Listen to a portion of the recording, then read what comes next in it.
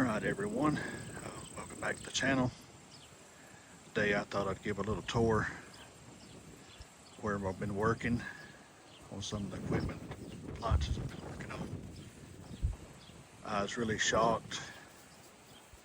Pretty much everything I started trying to flip appliances just to have a hobby, and that's grown to the point where it's really more than I can handle between working a full-time job and trying to do this on the side. And then I just started posting some videos to social media just to prove to people that some of the appliances worked. And then I got up one day and I did nearly 4,000 views on one of my videos, and we're close to 70 subscribers already. And I appreciate every one of them. I appreciate everybody that takes time to comment and like and watch the videos. But thought I'd give you a little tour of my shed and some of the stuff I'm working on.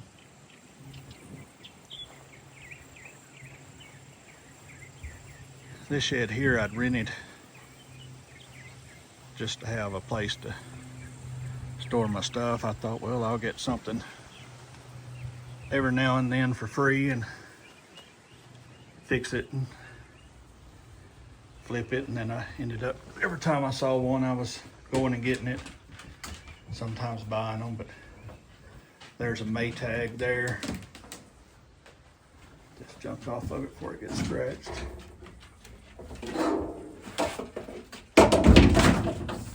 I got this one. A guy traded in, he bought another one. I had pretty much the same model. The one I had didn't have the agitator, it just had the wash plate. This one here had a bad control board. It was in flood mode just constantly, like whirlpools like to do. So actually I picked up 3 or 4 of these pretty much identical machines. I bought one that had a bad transmission, and I took the control board off it and put on this one, and it is working. It's actually already sold. I'm just having to wait till I have time to deliver it, but it's working great. He just had new suspension rods put in it and a new pump, and then it stopped pumping again, and he thought it was the pump, and he called the repair guy. It ended up being the control board, and it was stuck in flood mode. But here's kind of where I keep parts and tools. It's piled up, needs to be organized. Here's a little Samsung front loader. It's needing a spider arm replaced. Other than that, it turns on. All the components work. It just really shakes really bad. I'm wanting to fix it just to see if I can. I've watched videos and read a lot. Apparently that's pretty complicated, but I'm wanting to give it a shot. Here's the dryer. I've put new rollers, heating element in it. It's working good now. I could have it sold. I've got people wanting dryers, but I'm waiting to see if I actually fix the washing machine before I do that. And over here I have an old Maytag dryer. It's fixed and working, but I have the washer that goes with it, the matching washer. So far this is just sit here. We use the washing machine sometimes, but we've never used the dryer. It just sits out here. I hadn't sold it because I don't know, I may try to paint it to match the washing machine and use them both. And here under all this junk, got some good control boards here. Not the one I need. I've got an Amana with a bad control board stuck in flood mode, but these are not the boards I need for it. These are for the older style Whirlpool washing machines. All these are good. Here's a new heating element for a Whirlpool dryer. I've got another one out in my storage thing I need to fix. But here is a Kenmore. I got this one really cheap. It's in really good shape. I don't think this is the original cabinet. I think this cabinet's off of Maytag. I'm not 100% sure, but it still has the, best I can tell, it has the Has the Kenmore serial number. I've just never saw the Kenmores. All of them I've ever seen, the door lifted from the side. The agitator is stuck. I've been trying to get it out. I just want to take it apart, change the transmission oil and all that, but it does work. It did have an issue when I got it. They thought it was a timer, and I should have checked, but I didn't. So I just found the timer on eBay, bought it, put the timer on it, and it'll go through the entire wash cycle. Then it will not drain and it will not spin. It'll go back around, it'll go back through the rinse, and it just stops. So I replaced the timer, and then it turns out it wasn't the timer, it was actually the lid switch. But that one is working now. I've just got to get that seized up agitator out so I can repair it. I have another Samsung dryer here. It's fixed and it is already sold. I just got to find time to deliver it or them come get it. Here's the timer, the original timer that come out of the Kenmore. I may put it back in. It's actually in better shape than the one I bought off eBay, or looks to be in better shape. And here's the roper. One of my videos I posted of the roper, it's the one that's got over 4,000 views now. Great little machine. I actually like this one in the house to do my own laundry with. The issue with this one, and so far I've changed the control board, everything I can think of, the door lock, but when this thing is done with its cycle, if you don't go and open the door within 2 or 3 minutes, it will just restart the cycle all over again. I think it may be a short in the wiring harness. I've got to take it apart again and try to track that down. But when I got this machine, a friend of mine that I work with had actually bought a GE front loader matching set I'd repaired it, and he gave me these. They had ran this machine with broken, or the suspension rods were just wore out. It was banging so bad it had beat the machines pretty much all to pieces. They ended up replacing a lot of the components underneath and a new control board. I rebuilt the suspension rods for the kit off of Ben's Appliance and Junk. I recommend that, by the way. It's a lot cheaper than buying new suspension rods, and I've done it on 4 or 5 machines and no one's complained. The machines I've done it on and kept, they're working great. So I highly recommend checking out that video and go to Ben's website. And you can also find them on Amazon. He has a link there, and you get the 2-day shipping from Amazon. So that's usually where I buy them from. But those rebuild kits for the suspension rods, in my opinion, are great. And over here is the Amana. I actually bought it from a lady, really nice. She was needing some money. She had 3 or 4 kids, I don't remember, but I ended up giving her way more than what I should have for this machine. I was told it worked, but then when I got it here, I realized it was stuck in the flood mode, like the Whirlpool seemed to like to do. And I tried to resolder the pressure sensor on there, and I'm not very good with my soldering skills. I haven't done it in a while. I'm trying to practice, but ended up burning a hole in that control board trying to replace that part. So I ordered one. ShopGenies.com. I bought several control boards from them. They're usually used but really cheap, and I've replaced 4 or 5 of the machines. And as long as you're careful and order the right one, I've never had an issue with them. But that control board for this should be here, I think Wednesday or Thursday. This machine's, other than that, is in really good shape, really clean. No rust anywhere. I have wiped it down. But I would like to, here in a minute, I'm going to take you to my other shed where I'm going to make an actual shop. We're going to have water, electricity, insulated, heating and cooled, and all that good stuff. And have a test set up there where I can run a couple machines at a time and shoot my YouTube videos. And I'd actually like to do a comparison of the old roper. This roper's from like 2014 when it was brought new. This Amana was bought last year. It lasted till her warranty went out and then died. That seems to happen quite often. But once they're both going, I would like to set them side by side and just see the comparison of the wash cycles from 2014 to now, with all the more government controls and all that on it. In my opinion on these,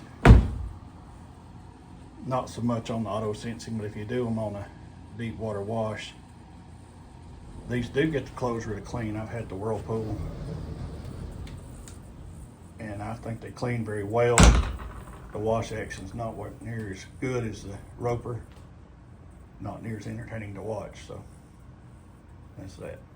All right, give me just a minute and I'll move you around. Probably see it out there, my little Harbor Freight 12 by 20 maybe garage. I had to buy that and put it up because, like I say, I started this, I'm gonna work out of this little shed, and that has there's the door slamming. It's really windy here today.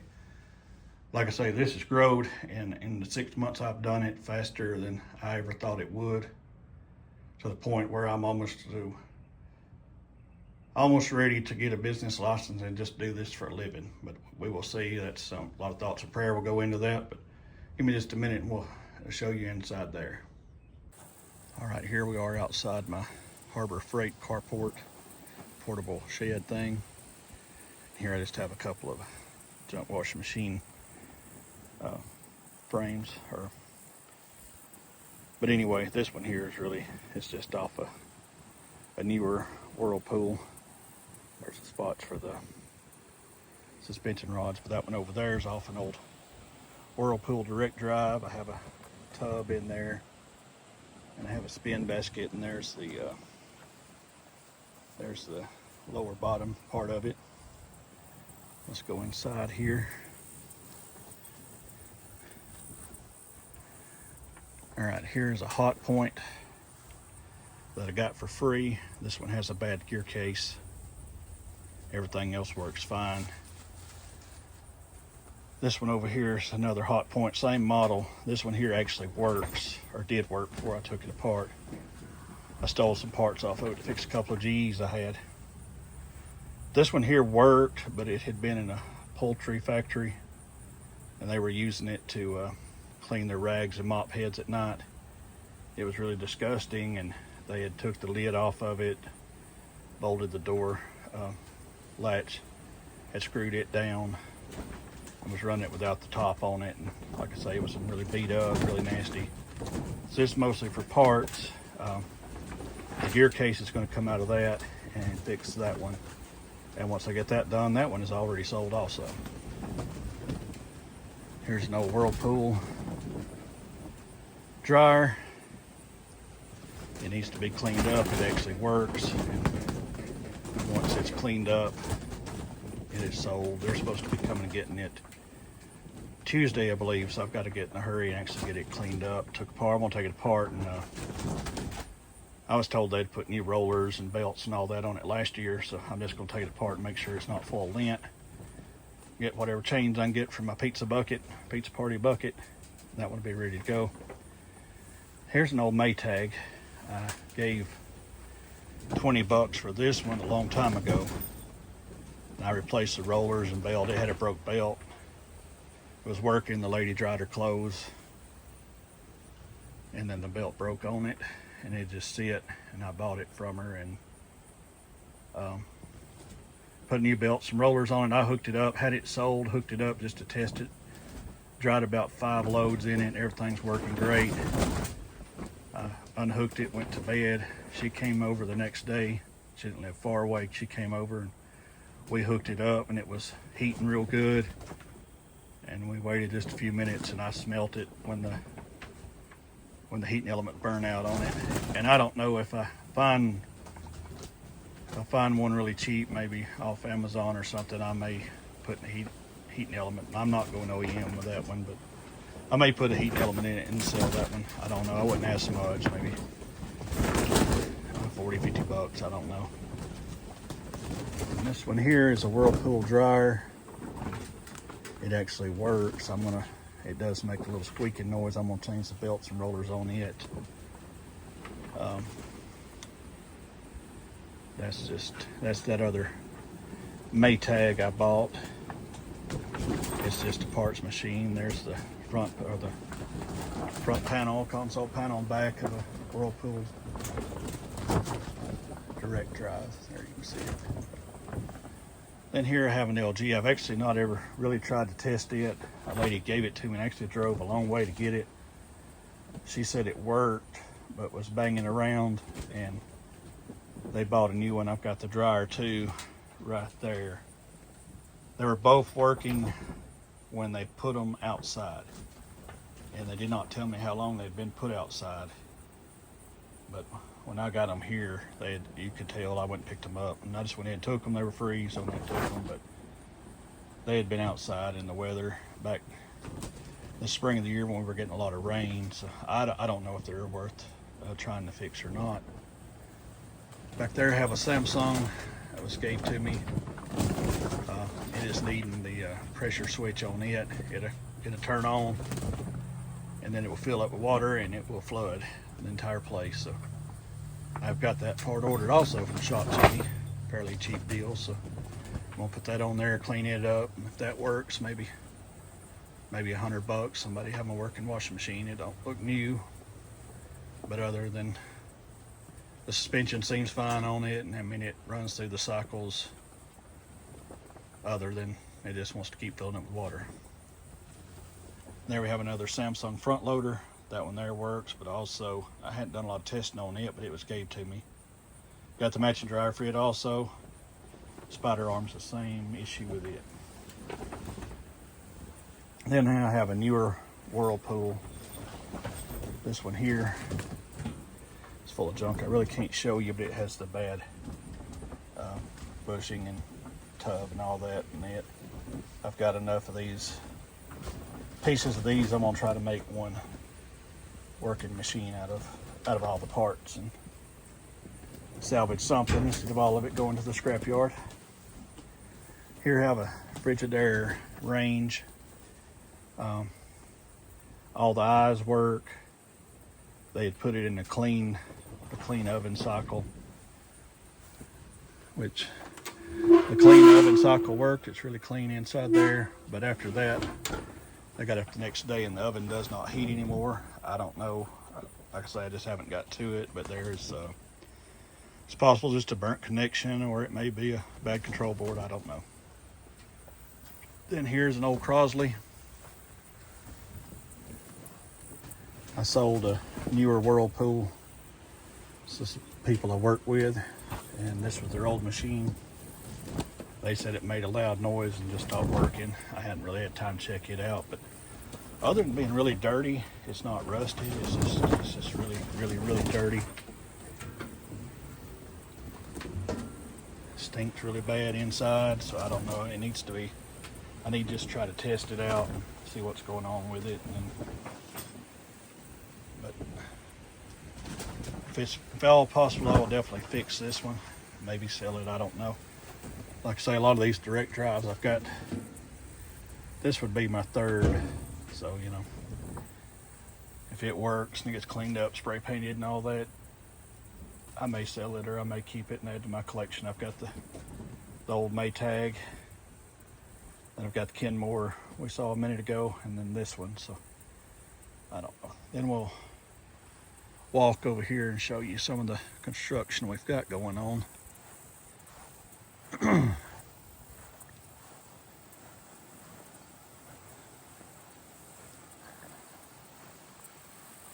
I've had this old shed almost 7 years. That was one of them rent-to-own deals. I've had it for about 7 years. It looks kind of rough on the outside, but it still stays dry and everything inside. It's pretty good. But here we'd rented a ditch witch yesterday, Saturday, and there's Banjo. There's Butters, the washing machine junkyard dog. She protects the place, but here's where we'd trenched our area for our water and drains and electric and all that's going to run through there. I wanted to get all that done yesterday, but like I say, we had some storms roll in late yesterday evening and through the night, so we were just forced to cover it with tin. I will show you inside my shed here. It's not much to look at now, but this is where I park my lawnmower. Some tool storage, but it's a mess. It's got to be cleaned out to make room. There's my Craftsman mower. There's some of my tools and junk collections from over the years. There's my daughter's BB gun. And then there's my wife's bicycle. And there's an old van seat out of a GMC Sierra, I think is what those were called. But over there in that corner, once I've got the insulation in my truck, this shed I want to get insulated and actually finish the walls out. Water, electric drains all out here. A lot of the stuff that we've hoarded over the years. Of course, there's our Christmas tree. We'll be putting that up soon, but those will be stored in somewhere in the house from now on. And a lot of stuff up there. There's boxes and what's not. Up there's an old ghost bed I've had for years. Trailer wheels and tires. Somewhere up there is my great granddaddy's old chair. But the bed's going back in the house, and the loft will be just for storage for parts. And then I've got this cheap Craftsman toolbox here once I get it organized. And here I have a lot of electrical stuff and plumbing stuff. I always buy extra, and what I don't use I collect for years. And I've about got enough outlets and light switches and cover plates and that to wire an entire house. And then as far as plumbing fittings and all that, I've got enough to do the job. I'll have to actually buy the CPVC pipe to run out here. And that's about it. I'll show you this old shirt. This is pretty cool. I was a supervisor at Best Gloves in Menlo, Georgia, years and years ago. And when I left there to pursue other things, they bought me a shirt, had the Best logo printed on it, and everyone had worked for me over the years had signed their names. I keep that out here. Still looks like it did the day they gave it to me, but I will hang on that as long as it hangs around. But still, a lot of the people that signed the shirt, their names on it's no longer with us. So it's just nice to have something to remember the folks you buy that you've worked with. It. Some of them's family, some of them's friends, and some of them became like family over the years. So I'll hold that as long as possible. But here's my Craftsman table saw. My wife bought it for Christmas. So she just wanted me to do some trim work in the house, and she bought me that table saw so I would do it. That way she tries to, when she's making the honey-do list, she tries to make sure I have the tools, so I can't say I don't have them. But I still haven't got around to it. I will one day. But anyway, I do appreciate everyone who watches my videos and takes the time to like and comment. And God bless, and everyone have a great day.